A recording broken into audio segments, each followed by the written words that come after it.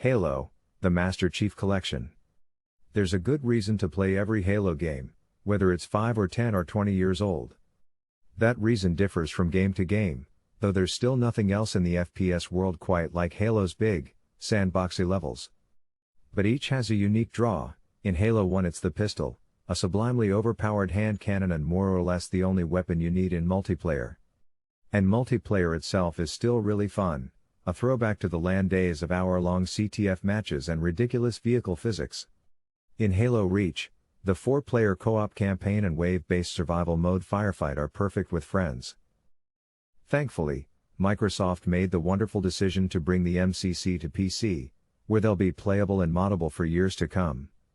With Halo 4 added toward the end of 2020, the full collection is finally complete on PC. But that doesn't mean 343 is done improving the package. The studio is still adding maps and quality of life features like crossplay with PC and Xbox. Deep Rock Galactic. Deep Rock Galactic is what happens if Left 4 Dead zombies were giant bugs and its maps were fully destructible playgrounds. As professional mining dwarves armed to the teeth, up to 4 players delve deep into procedurally generated caverns to complete all sorts of mission types. Sometimes you're mining for a specific mineral, other times you're building pump networks, but all the while the looming threat of bug hordes persists. Maybe the most surprising part of Deep Rock is how good the guns feel and how well the 4 classes synergize together. Bug carcasses audibly crunch under the impact of my engineer's shotgun and bugs scream as they're lit ablaze by the driller's flamethrower. Advertisement. Procedurally generated games have a habit of feeling samey after a while, but Deep Rock is the rare exception. With a healthy variety of mission types, no shortage of goals to work toward, new weapons, perks, abilities, and more post-release support in the works, it's a shining example of how to do co-op shooters right. Warhammer Vermintide 2. Warhammer Fantasy is a perfect backdrop for Left 4 Dead's ideas, as it turns out. Vermintide 2 is a fully cooperative FPS where you and 3 friends axe, arrow, magic, and sword your way through a variety of Warhammer baddies. The sequel ramps things up significantly from the 2015 original with more weapon types, enemies, and a new progression system centered around fairly generous loot boxes. It's intensely satisfying melee combat on a scale you just can't get anywhere else, especially in the comfort of a 4-person party with friends. Arma 3. Arma 3 is about scale and detail together. It's not just a snapshot of a battle, it's the whole thing.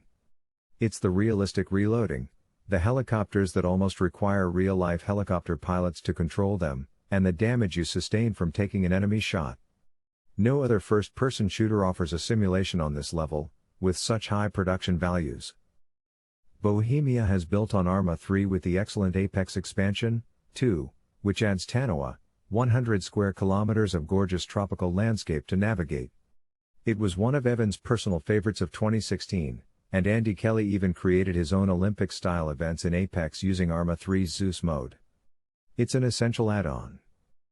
You can even drive go-karts in Arma 3 at this point. What's not to love?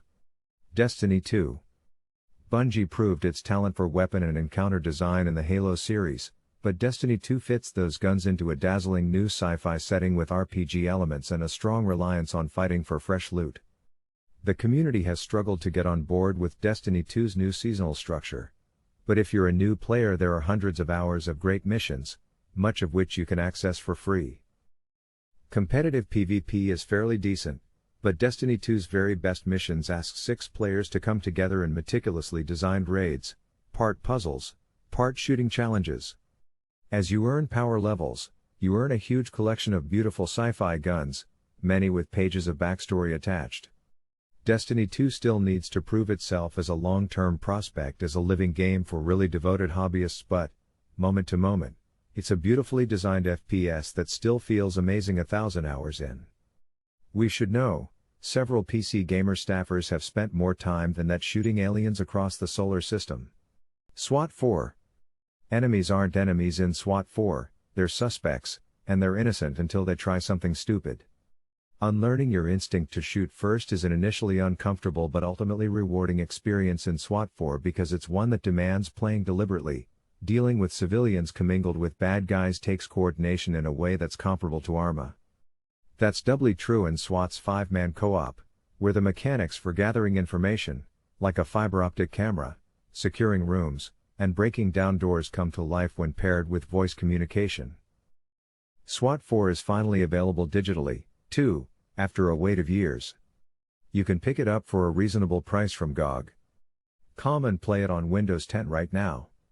To celebrate its re-release, Andy took another look at it in 2017. Borderlands 2. With the ideas that drove its predecessor validated by strong sales, Gearbox had the resources to pour production value into the second coming of its silly, more is more approach to a grindy FPS. Yes, there are a hojillion guns, but we're more enamored with the way BL2 embraces its colorful, sci-fi setting to create unconventional enemy designs. Bandits scream, limp, kamikaze, and sputter last words. The Goliath subverts your years of training, counterintuitively going into Hulk mode when you headshot it. Mutated pests swoop, leap, burrow, and shield their vulnerable spots. Polished, playful, and our favorite antidote to military shooters that take themselves too seriously. Borderlands 3rd may be newer and shinier, but we preferred the romp across Pandora and Borderlands 2, and it has the advantages of being cheaper and playable on any modern PC. Sven Co-op. If the original Half-Life was a network of bizarre TV shows that you could channel surf between, it'd look like Sven Co-op. The years-long effort of a group of modders, Sven is 32-player cooperative Half-Life played on dozens of crazy, homemade maps. With the right group of friends, it's a calamitous and hilarious mashup of Half-Life's blocky cast of monsters, scientists, and security inside ever-stranger worlds. 1. BSB, you're inside a Technicolor playground populated by Teletubbies, another you're in a Mega Man homage, a secret military base, or Egyptian pyramids where you throw grenades at Anubis himself. Download an assortment of weird maps, hop in Discord with 5 or 6 of your buddies, and lose yourself in hours of retro weirdness, laughter, and awkward platforming. Insurgency Sandstorm. An outstanding co-op FPS for blasting waves of bots, Insurgency's mission structure produces a ton of tension. Everyone on your team has a single life, but dead teammates respawn if an objective gets completed. This setup creates some brutal indoor defenses where 2 or 3 remaining players cover doorways as seconds tick down, trying to pick the right moment to reload without getting caught with an empty rifle. A points-based gun customization system allows for genuinely different playstyles, and Insurgency's spasmodic bot AI makes enemy soldiers easy in some moments, but unpredictably deadly at others. Alongside the great Killing Floor 2, this is the best wave-based cooperative FPS you can play. Left 4 Dead 2. It's insane how much mod meat has grown around the bones of Valve's co-op shooter.